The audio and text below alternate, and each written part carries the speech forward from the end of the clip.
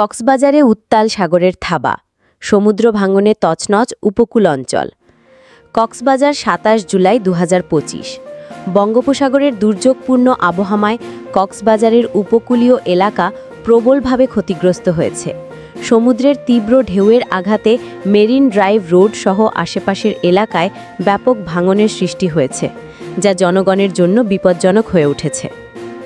উত্তাল বঙ্গোপসাগর, সমুদ্রে ভয়াবহ জলোচ্ছ্বাস চলমান, যার ফলে তীরবর্তী এলাকায় স্বাভাবিক চলাচল বিঘ্নিত।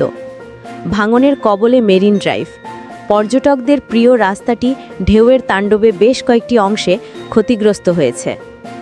উপকূলীয় সংকট, জলপ্লাবনে অনেক এলাকা জলমগ্ন এবং জনজীবন বিপর্যস্ত।